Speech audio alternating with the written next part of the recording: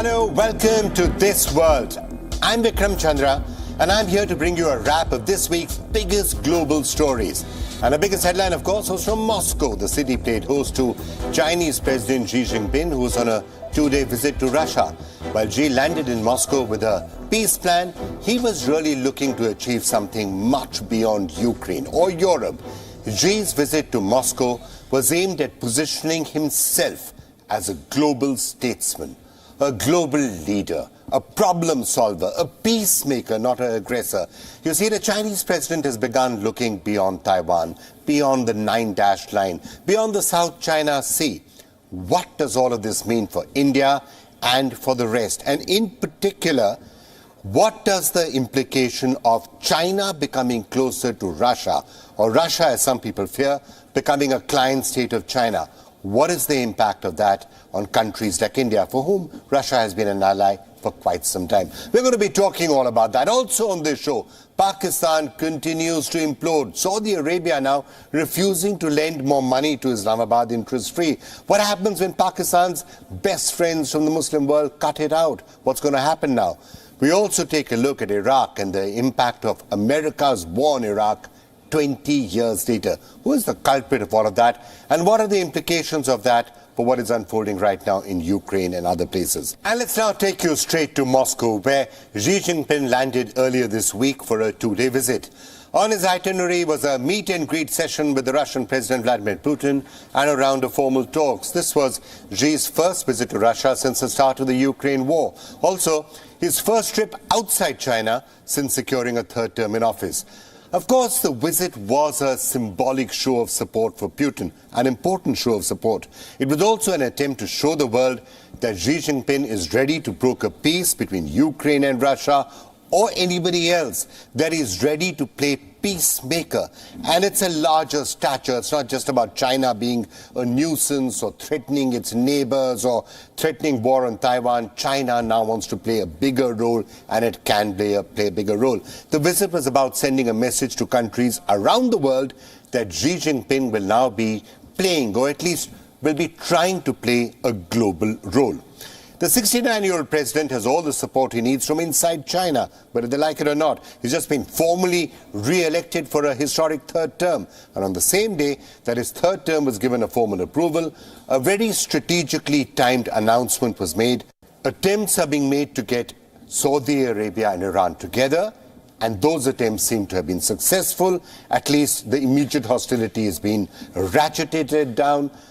But the highlight of this for the rest of the world is, look who the person is who's doing it. It is China. Saudi Arabia and Iran trying to become friends again, or if not friends, at least stop being enemies again. The two countries will be reopening embassies, they'll be establishing ties, they'll be inking perhaps a security agreement. But it's all thanks to Beijing. Analysts were left asking, how is it possible? How did China suddenly play a role? Because Saudi Arabia, let's face it, has always historically been very close to America. The equation has been simple. America buys energy from the Saudis, and it provides weapons and security in exchange. And there's been all sorts of implications of that. In fact, everyone was talking about the fact that maybe America is now going to take the Abraham Accords forward, try and push for closer relations between Saudi Arabia and Israel. America till now has really been the titan, the peacemaker, the all-important power in the Middle East. And now, what's happening out here? Saudi Arabia visibly coming closer to China, which at least appears to be telling the world that it is trying to bring together the Arab world. It helped in this case, of course, that Iran was a big player, and America has absolutely no leverage on Iran.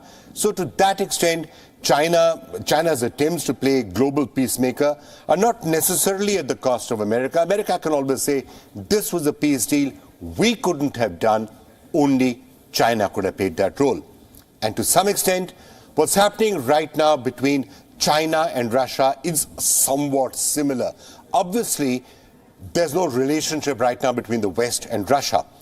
The West cannot try and play mediator or peacemaker between Russia and Ukraine. It doesn't have the locus standi. It is actively backing one side of it. So who else can? G20, perhaps, and that's something that India would have liked, especially because India is the president of G20. Maybe India would like to have been seen as one of the countries leading to some sort of a peace effort in Ukraine as the president of G20. But now, that is now in question. Because, let's return to that visit of Xi Jinping to Moscow. Among the many statements that came out of here, between the declarations of friendship between China and Russia, which are enough reasons to have some concern, there were some specific statements that would make New Delhi very, very uncomfortable. There was talk about criticizing the Indo-Pacific, saying that the Indo-Pacific is not a good concept. That worries India because it's strategically very important for India. And second, a direct statement made there by Russia and by China saying that there should be no question of G20 having anything to say on Ukraine. And that's a problem for India because it is bound to come up at the G20 summit a little later in the year. So what exactly is happening out here? What are the implications of Russia, China, and this close partnership or friendship, or call it what you will, and what are going to be the implications for India? And to try and understand what exactly is happening there between China and Russia, we're now being joined by Volker Stanzel, who's the former German ambassador to China and to Japan. He's also a senior distinguished fellow as the SWP, which is the German Institute for International and Security Affairs. Thank you so much for joining us, Herr Volker. Just wanted to understand, what do you make of the recent overtures that China has been making? It's almost trying to position itself as the peacemaker of the world, which is somewhat ironic considering what else China has been doing. It's now flying to Russia, earlier trying to broker some sort of a peace between Iran and Saudi Arabia, had some success on that. How do you interpret all of this? Well, to put it ironically, a peacemaker, if you use that term, then I'd say a peacemaker who doesn't manage to make peace. But leaving irony aside, I think this has to be understood very much in terms of Xi Jinping's personality. You know, he himself was fairly weakened due to his zero COVID policy in China. And there were doubts across the country, as you could see at the end of last year during the protests all over the country, all of a sudden, surprise to everybody, that he has not gained in popularity by his policy. And as China is in a weak position anyway, I mean, mainly economically, but increasing doubts were observable worldwide, whether China would still be able to play a role as before the COVID pandemic, that is a coming world power. I think Xi Jinping understood this also as doubts about his own personal standing in the country and in the world. So what he's trying to show now is that he himself, with China, of course, is coming back to the world stage with a vengeance.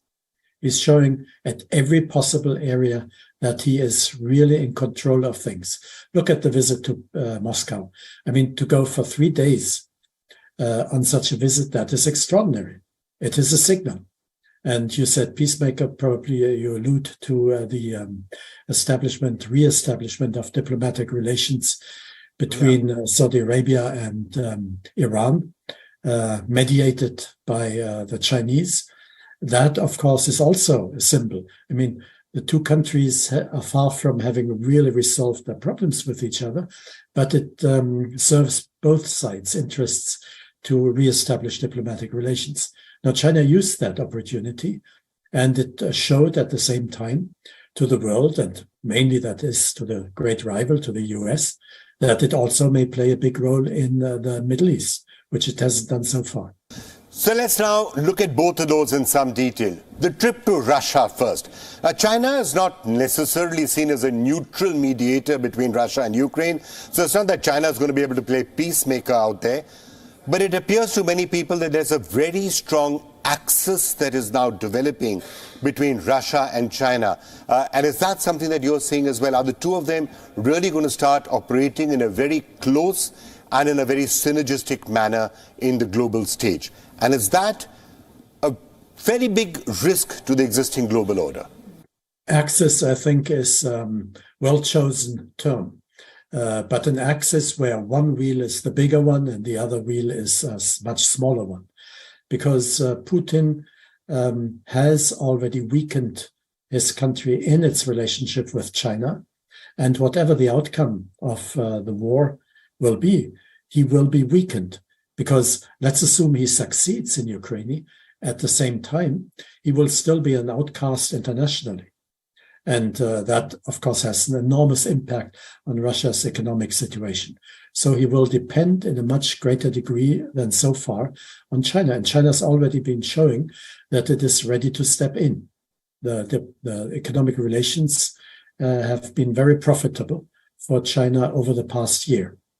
If Putin, however, is weakened, as I think a majority of people in the world assume at this time, at the end of this war, then he will be in even more desperate straits in his relationship with China. And he will be totally a client state of China, which serves Chinese interests well.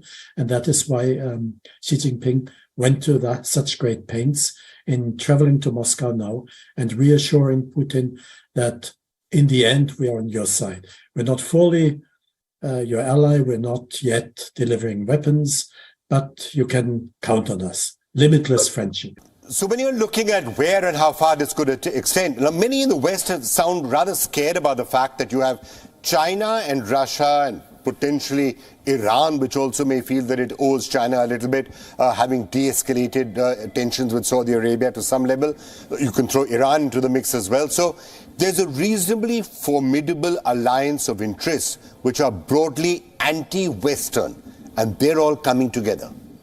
Yes, absolutely. I think it is a scenario that is very serious, and it does not concern the West alone. It concerns the world as such, the world as it was organized after the Second World War, which is a multilateralist system, the UN system, where countries on more or less equal footing try to sort out their problems together. Think of things like the climate conference, now the water conference, and of course, even more important things such as human rights in many countries. So the world is built on the principle of sovereign states cooperating in resolving their problems.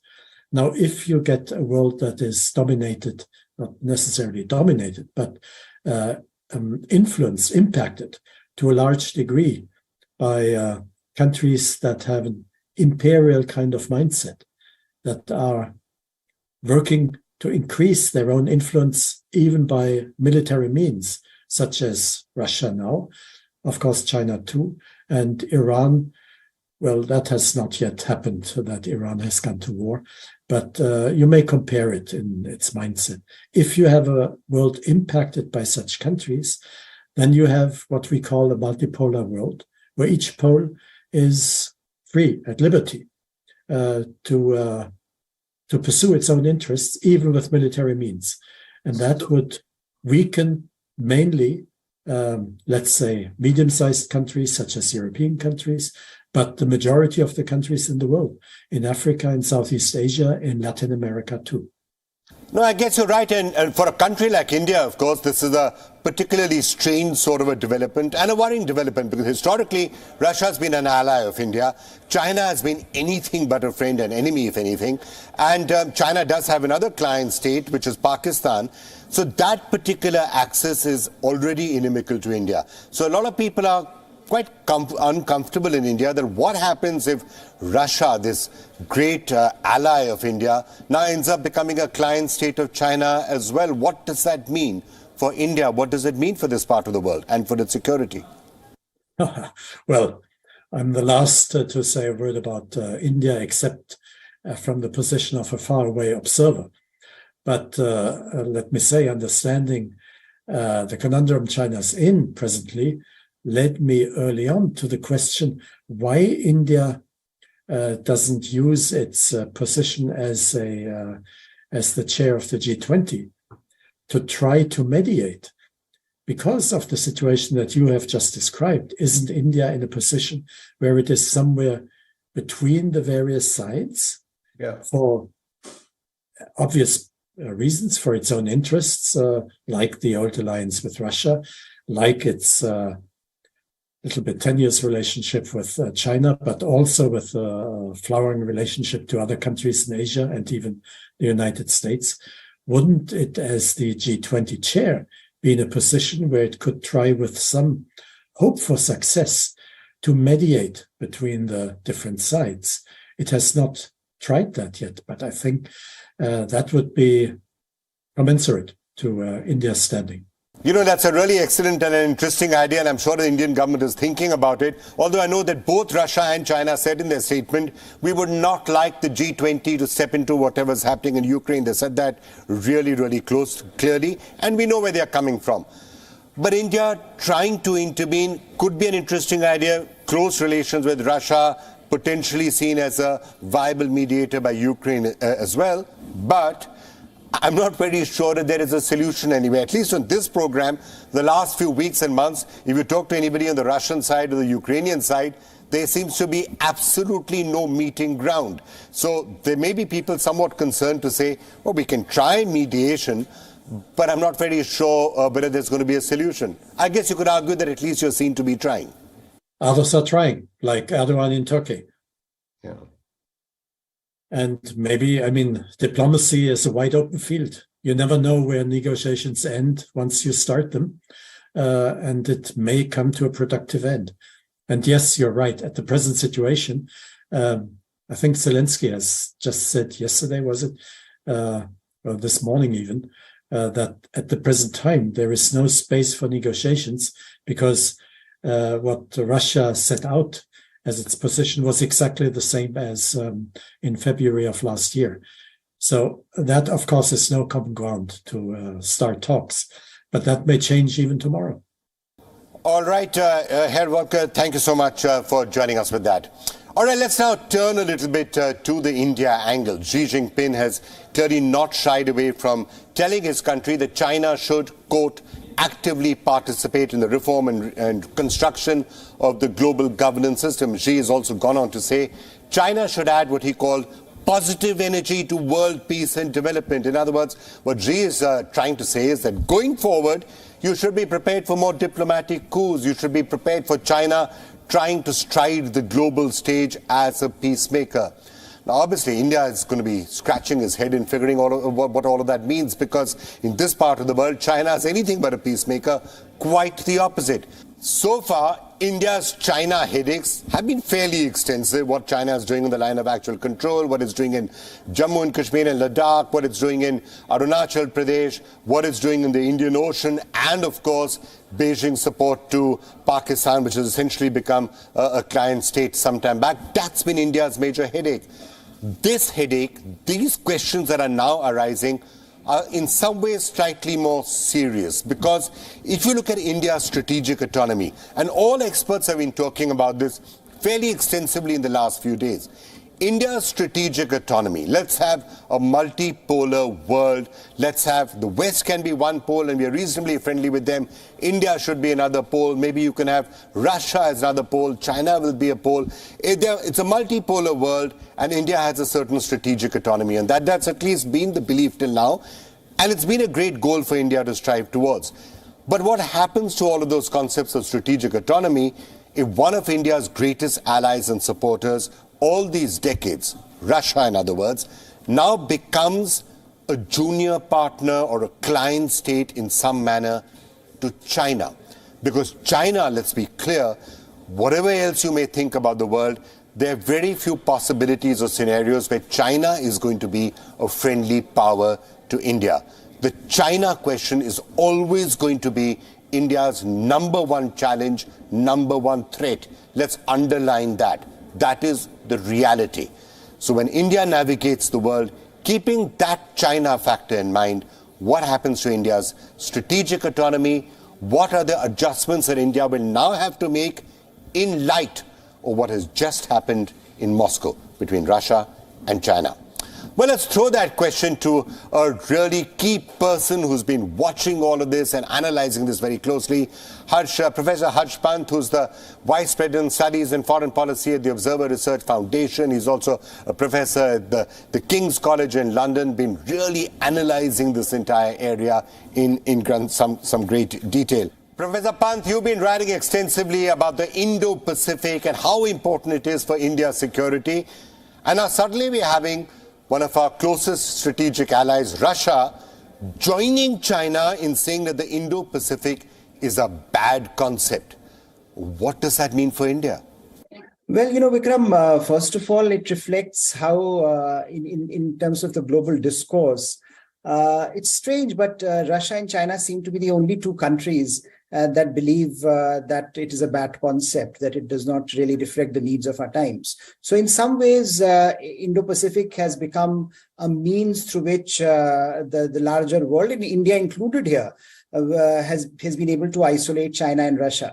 Now, the other aspect is what it means. I think it has a very, very important meaning for India, because for a very long time we have been deluding ourselves into believing that eventually we will be able to bring Russia on board as far as the Indo-Pacific is concerned. There are many in India who have argued that, look, Russia is also an Indo-Pacific country. If only we keep the channels of communication open, we will be able to handle Russia's concerns and we will be able to bring Russia on board. Now, clearly that is not happening. Clearly, we have seen the kind of relationship that is developing between China and Russia is of a different order, and where Putin looks like a pygmy in terms of literally and figuratively, because you have a relationship where China is the dominant player. It is calling all the shots, and it has been able to convince Russia that Indo-Pacific, that anything to do with the Indo-Pacific, that its partnerships in the wider Indo-Pacific are irrelevant. It has to follow the strategic logic that China wants it to follow. And this is something that will have a fundamentally transformative effect on India, whether we like to believe it or not.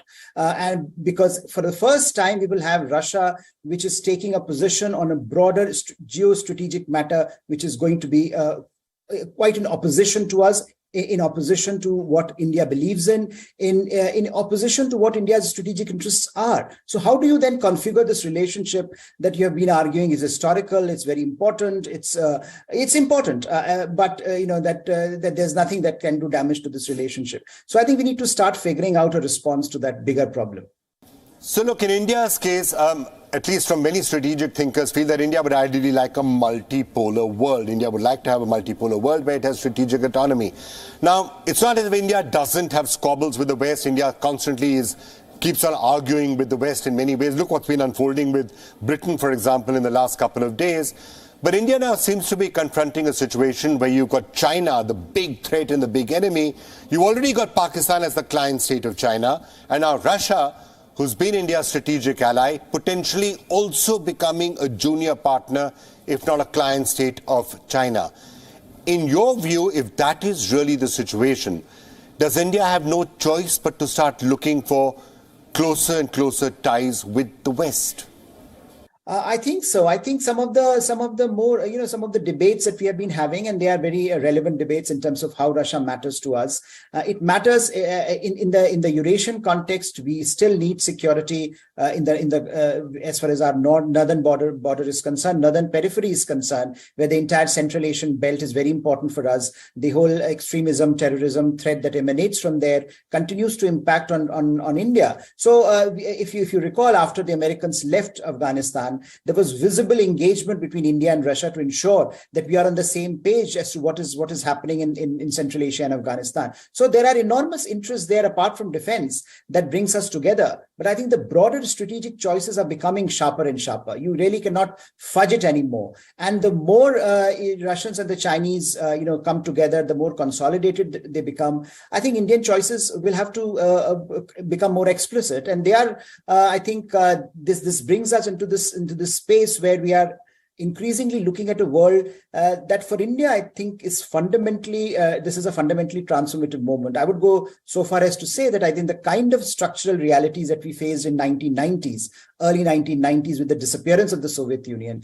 it's very likely that we are moving to a point where Russia-China consolidation poses us the similar kind of a structural challenge, whether that means enhancing our relations with the West, or to what extent we want to go with the West, or whether it means developing our own capacities. That's a question for Indian policymakers to answer, but perhaps a combination of both will be needed. So if I understand you correctly, you're saying building India's own capacity is, of course, a desirable outcome and it must be done. But it could take some time for that to happen. Now, you're saying this week has been a fundamentally transformative fact, the fact that China and Russia are consolidating in this manner. And that means that at least in the short term or the medium term, India will have to look very closely at that relationship and therefore reassess its ties with the West and say, at least for a moment, there's no alternative but to have really close ties with the West. Is that what you're saying? I think India will have to look at it. India will have to also reevaluate how far we can keep on arguing that Russia is a very valuable partner. It is a valuable partner, but what are the limits of that partnership? We have not seen that debate in public space in India with the kind of vigor that perhaps is needed at this particular moment. All right, Professor Pant, we hear you loud and clear. Have a debate around the importance of Russia as a partner. Do the first step in that, start talking about it and keep that debate running. Ask what happens if Russia, one of India's closest strategic allies, essentially becomes a Chinese junior partner. What happens to India's strategic autonomy? What happens to India's options? Thank you, Professor Pant, for joining us, and we will keep on having a debate around that. Right, now it's going to be really interesting to see what length Xi Jinping goes to get an image facelift. The Chinese president is desperately trying to go from being the face of wolf warrior diplomacy to the face of global peace. Trust me, the irony is not lost on me. And quite frankly, what's going to matter is not his words or his trips to Moscow. What is going to really count is what he does next. What does he do on the line of actual control? What did he do with Ladakh and Arunachal Pradesh? What did he do with his other neighbors? What does China do in the South China Sea? What does China do with Japan? What does China do with Taiwan? At the end of the day, China's actions are going to be far more important than China's words. And if China wants to be seen as a force for good and a force for peace, then it really has to reevaluate the way it's behaving with its neighbors, with its citizens too, but certainly with its neighbors. All right, on that note, let's now turn our attention to a country that many also call China's puppet or China's client state, and another country that has been a perennial headache for India. And of course, I'm talking about Pakistan. This country continues to implode. It's now heading yet again towards default. And yeah, I know you've heard me saying Pakistan heading for default for a long time, but it's been continuing. Now, Pakistan needs to pay international lenders billions and billions of dollars over the next 3.5 years. That's the figure out there. That's the amount it has to repay its creditors. But Islamabad only has $3 billion left in forex reserves. What happens in the next 3.5 years is anybody's guess. What we can tell you, though, is Pakistan's friends from the Muslim world who have been holding its back, supporting Pakistan for a long period of time, they are now slowly but surely starting to abandon Islamabad. Earlier this week, we learned that Saudi Arabia has decided not to provide Islamabad with any interest-free loans. Now, if this was not bad enough, you should listen to what else has happened this week. Kuwait asked Pakistan to start paying for the diesel it imports for the Gulf country. Wouldn't it not pay it before? Yeah, of course it would, but not upfront. You see, in 2000, Pakistan and Kuwait struck a deal. This deal extended a credit line facility to Pakistan, allowing it to import diesel from Kuwait and pay the Gulf country later in installments. 23 years later, Kuwait has changed its mind, or you could say reality has caught up with it. Kuwait is now asking Pakistan for cash upfront if it wants to buy diesel, and it doesn't stop there. Kuwait also wants Islamabad to clear previous dues as soon as possible.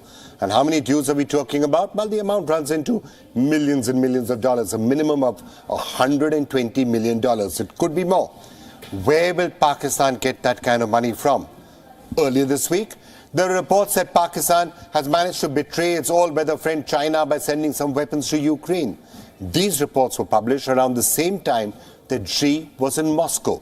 Now, China may well still bail Pakistan out, but that, of course, is the last straw that Pakistan is clutching on. China, bail us out, help us out. Now, what about the International Monetary Fund? Earlier this week, there were whispers that the IMF had attached nuclear program-related strings to the bailout package. The Washington-based lender then went on to deny this, as did Pakistan's Finance Minister Ishaq Dar, which led some analysts to point out that the very fact that the IMF was categorically refuting the nuclear angle only means there must have been some fire for that smoke. Now, there's been a major delay in the IMF bailout that Pakistan has been banking on for a while now. $1.1 billion is what Pakistan is expecting from the IMF. Those funds are part of the $6.5 billion bailout package that the IMF had approved in 2019. This $1.1 billion tranche was supposed to have been dispersed in November 2022. It's now March 2023 and there's no money in sight. The only thing that you can see are friends walking away from what's looking like a collapsing country. And if all of this wasn't bad enough, what are the actual headlines and the pictures that are coming from Pakistan? Is there concerted action to try and do something about the economic situation? Try and solve the crisis that is upon Pakistan. Talk to friends, talk to allies, even talk to enemies. Try and do something to save yourself from imminent bankruptcy. Is that what Pakistan is worrying about? No. These are the pictures. These are the images. These are the headlines. Let's try and arrest Imran Khan. Let's try and figure out a solution politically as to what the crisis is there. Let's have protests on the street. Let's have drama. Let's have massive headlines coming across political instability. Anybody looking at this entire situation would be baffled, would be scratching their head and would be saying, what exactly is Pakistan up to? And to try and understand what exactly is happening in Pakistan, we're now being joined by Dr. Jamil Khan, who's been Ambassador of Pakistan to Malta, to Libya and to the UAE. Dr. Khan, thank you so much for joining us. You know, when people are looking at the situation in Pakistan, on the one hand, there's movement towards a default. You've got close allies of Pakistan for decades, like Saudi Arabia, saying, we're not going to give you any more interest-free loans. You've got Kuwait saying, we're not going to give you diesel. And yet, all the attention in Pakistan seems to be on political dramas and what's happening with Imran Khan. What is happening? That's right. In fact, we have a political instability. There is no doubt about it. And the concerned leadership of various parties, they're going to have their multi-party conference to discuss and decide how to approach this political instability. We have changed. We have seen a little change in the attitude of the opposition party, which is Imran Khan and which is PTI, just about 3-4 days ago, in which for the first time, PTI chairman Imran Khan has agreed to attend the multi-party conference, and that seems to have broken the ice. And in the coming few hours and few days, I expect that this move might as well pave the way to bring the heat a little down on the political instability, which is causing economic issues also to the country.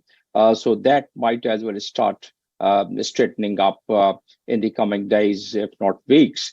Look, Dr. Khan, I have absolutely no doubts. Yeah, Imran Khan may be doing his bit and he is being intransigent and he is also whipping up sentiments. All of that is fine. But if you're looking at it from the point of view of the government of Pakistan and by the people who are running the country, you have to ask whether this is really the time to try and arrest Imran Khan or to have a political crisis, or should the government not be trying to bring the heat down a little bit on political instability and try and solve the economic issues that are bringing the country to the brink of default, on the brink of bankruptcy? Once it comes to the law of the land, in a country like ours and in this region, or even in some other regions of the world, there are some political motivation behind certain cases, but there are cases which are very genuine as well. Now, that is up to the court to decide about it. But getting arrested by a political leader, as in India, Pakistan, and in any of these countries, including the West. Now, Trump is all set for facing the prosecution. Whether he's arrested or not is a different thing. So I think the political leaders should not really, and they have the platform available. Imran Khan, the chairman of the PTI, has been given relief by the courts, and genuinely, I would say that. And then even if he's arrested, not a big deal. All other political leaders in this country and elsewhere, from time to time, they have faced the prosecution. So that to me is not a very big deal. But yes, how much turmoil, how much problem does it cause succeeding the arrest? That is a different thing. Okay, so let's just turn our attention specifically to the economy. We've heard what Saudi Arabia is saying, we've heard what Kuwait is saying, even China expressing a certain amount of reservations in bailing out. We're hearing what the IMF is saying. I'm going to ask you a direct question. If friendly countries are not going to be stepping up to Pakistan's support right now and actually providing a bailout, is there a real risk that Pakistan's going to go bankrupt? We saw Sri Lanka flirting with bankruptcy. Is Pakistan going to go bust very soon? There are certain economists, they are giving their comments on those lines, but the other group of economists, they feel that Pakistan would sail through with the new reforms which they have just brought in on the suggestion of the IMF. That is one. And secondly, the friendly countries have not refused altogether, and it has never been in the past like that. So it appears that friendly countries, in view of the latest geopolitical development, which happened just about 7-8 days ago, which is Chinese mediation and Iran and Saudi Arabia again establishing their diplomatic relations. So if we keep that in our mind, and if we keep our SCO, Shanghai Cooperation Organization, of which India is a member, and China and this entire bloc, in my own view and in my own analysis, I don't think the friendly countries would totally refuse that and drag their feet, because Pakistan and Saudi Arabia, or even UAE, as we all know, the kind of relation we've been maintaining, and in past, the way they've been coming for the rescue of Pakistan, my own analysis is that it's just a matter of just days, if not weeks, that we will have this breakthrough. And my own analysis is that Pakistan, now that the leadership, the government, and the PDM government, they have started tightening their belt, it appears that they would be able to save themselves from that situation. Right. So I'm quite affirmative about it, and quite positive that they would be able to pull out of this the problem until the political instability further drags down and further goes down. Then in that case, situation would be precarious. All right, Dr. Jamil, thank you so much for joining us with that perspective. Right, our final story is now about something that happened 20 years ago, but it's still relevant right now. And I'm speaking about the war in Iraq.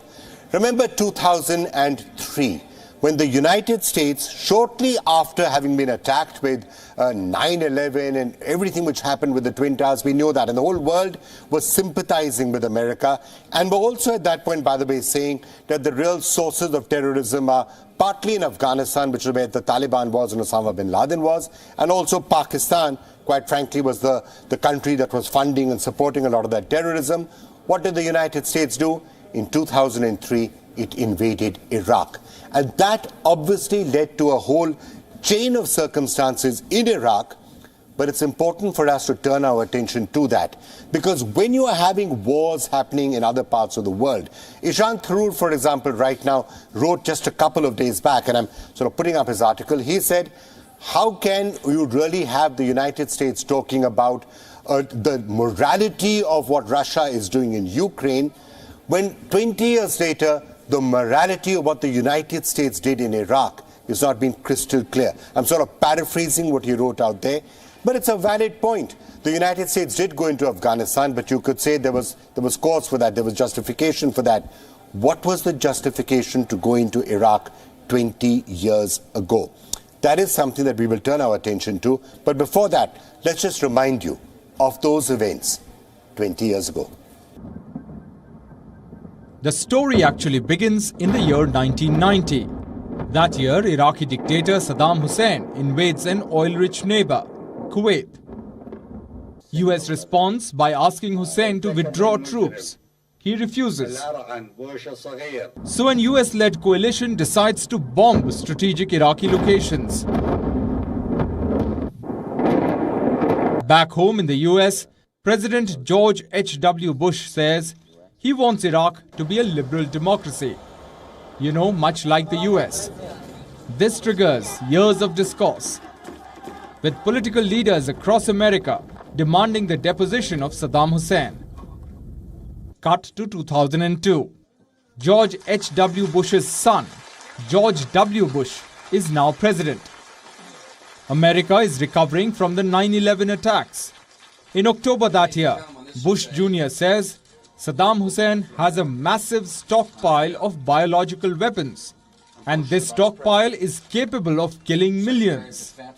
Bush adds, 11 years ago, as a condition for ending the Persian Gulf War, the Iraqi regime was required to destroy its weapons of mass destruction, to seize all development of such weapons, and to stop all support for terrorist groups.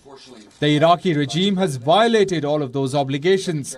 It possesses and produces chemical and biological weapons. But Bush has no proof to back his claim. That does not stop the United Nations Security Council from passing a resolution against Iraq. The country is given a final warning, a final opportunity to comply with its disarmament obligations. The UN also asks Iraq to readmit inspectors. Iraq complies to a certain extent. But the UN inspectors fail to find any weapons of mass destruction in Iraq. This despite carrying out 700 rounds of inspection. Bush and British Prime Minister Tony Blair declare that Iraq is interfering with the inspections. But again, there is no proof. On the 17th of March 2003, Bush issues an ultimatum to Saddam Hussein. He is given 48 hours to leave Iraq, the country he rules. Saddam obviously refuses.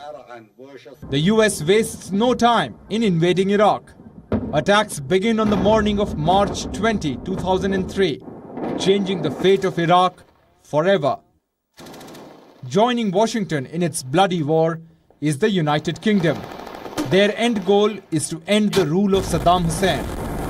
On the 9th of April 2003, US troops seize Baghdad. His statue is raised. Saddam Hussein goes into hiding. On the 1st of May 2003, George Bush appears on aircraft carrier USS Abraham Lincoln off the coast of California to declare victory. In the Battle of Iraq, in the months that follow, lawlessness sweeps Iraq. There's looting, violence, rising crime, and a rising guerrilla warfare. But all this while, no weapon of mass destruction is found. There is also no sign of a budding liberal democracy, only mobocracy at best. In December 2003, Saddam Hussein is found. He is bearded, bedraggled, and in a hole near his hometown, Tikrit. He is tried and sentenced to death by hanging. On the 30th of December 2006, Saddam is sent to the gallows. It is the first day of Eid al-Adha, and Saddam dies clinging on to a Quran. A year before Saddam's hanging, an American presidential commission concludes that US intelligence on Iraqi weapon of mass destruction was completely faulty, and there was not one bit of evidence. So what was the massive stockpile Bush was referring to? The UK government's Chilcot report says that intelligence officials knew that the war would cause societal collapse and that it would exacerbate the problem of terrorism. Clearly, Bush and Blair could not care less. And tonight we now discuss the impact of that history with Colonel Richard Outzen, who's a senior fellow at the Atlantic Council, also somebody who served both in Iraq and in Afghanistan. Colonel Alson, thank you so much for joining us. You were in the Kirkuk area, you were in Baghdad, I believe, also in Afghanistan. Looking back 20 years, how do you actually remember those wars and the premises that the Iraq war in particular was fought on? Well, Vikram, it's great to be with you, so thanks for having me. Like most of the servicemen in the United States that were serving in the 90s and the aughts, this was a formative event, right? And so what I remember leading up to the war was this sense that the world was changing. We had gone from the Cold War paradigm of two great superpowers and entered into a period of great unrest. And we were dealing with terrorism. We were dealing with worries about nuclear proliferation and wondering how the world would be shaped. There was a movement, obviously, in the United States, both on the left and in the right, saying that we should use this newfound power to reshape the world in some fundamentally more just ways. Hubris, I guess, would be one way to describe that. But I remember thinking with a little bit of sort of trepidation also that the exercises of great power for ambitious goals, and this is how it was seen in the United States. I know many other countries thought it was a grab for oil or simple bullying, but in reality, there was a thought in Washington and in the forces that this was an attempt to use asymmetric power that we had sort of fallen into after the fall of the Soviet Union to plant a seed of democracy, to do something, to punish a dictator, to do something ideologically ambitious, I suppose. But at the same time, war asks very hard questions of people, right? So like you can have this goal, but have you realistically thought out how long it will take, how it will be opposed, who benefits, who loses, and whether you have the will to sustain it? So I think there was sort of a trepidation within the forces whether we were equal to the task and whether that task was sustainable. But we also were an unrivaled military power at the time. So I think there was a certain optimism at the outset that the mission could be done. Well, when you look at the positioning of war, that is interesting. I was just talking about Ishant Tharoor's article, for example. He was writing and comparing what's happening with Ukraine, which is very clearly being positioned as a conflict between right and wrong, between good and evil, between moral and immoral. Now, the two wars that you were talking about, Iraq and Afghanistan, in neither case was the work completely done and completely finished. But if you look back at those wars 20 years later, Iraq is often seen as morally wrong. Why on earth did the US go inside, and why did it lead to an outcome? I mean, it may not have led to a good outcome any more than Afghanistan did, but why did the US go in? Still a big question. Well, I think that's right. And there are some people in the US that refer surreptitiously to Afghanistan as the good war and Iraq as the bad war. Why? Because we had been attacked on 9/11, and the perpetrators of that attack were Osama bin Laden and the Al-Qaeda network. They were being hosted by the Taliban in Afghanistan. We had tried extensively and in good faith, I think, to talk with the Taliban to get Al-Qaeda removed. And after the attacks, I think there was a huge sense in the United States that was unavoidable. We had to strike back at the people who had caused the death of so many of our countrymen. Iraq, not only was it a very different political situation where we sort of had Saddam in a box, right, because of Operation Northern Watch and Operation Southern Watch, he had been prevented from reprising an aggressive war against his neighbors, which he had tried in Kuwait in 1990 and 91, and frankly with Iran before that. But there was not this sense that this was inevitable, that the Iraqis were going to strike us. So in this sense, it was a war of choice. You know, Colonel Alson, I remember being in the United States 20 years ago, and I remember having conversations with any number of analysts from the State Department, Pentagon, anywhere, anybody you asked, and you kept on asking them, why Iraq? Because that's not where the war of terror really originated. That's not where Al-Qaeda is. That's not where Osama bin Laden is. Okay, Saddam Hussein is a brutal dictator, he was a terrible person, but that is not where the terror originated. And clearly there were no weapons of mass destruction. So why are you fighting a war in Iraq? There were no clear answers to that. And even today, when you look back at that particular reason, no matter how bad a person Saddam Hussein was, there's no clear reason why that particular war was fought. I think that's true when we look at it through the cold lens of realism and realpolitik. You know, we throughout the Cold War, we dealt with many bad regimes, so to speak, as long as they were geopolitically not a threat to us, and that there was some advantage to be had by dealing with them. But remember the moment, you know, there was this idea that democracy was converging, this Francis Fukuyama end of history moment that everybody wanted and deserved free market capitalism and a democratic republic form of government, and that somehow if we just removed the obstacles to those things, that many more people would be living the life that the Europeans and Americans had. So it almost felt like an obligation.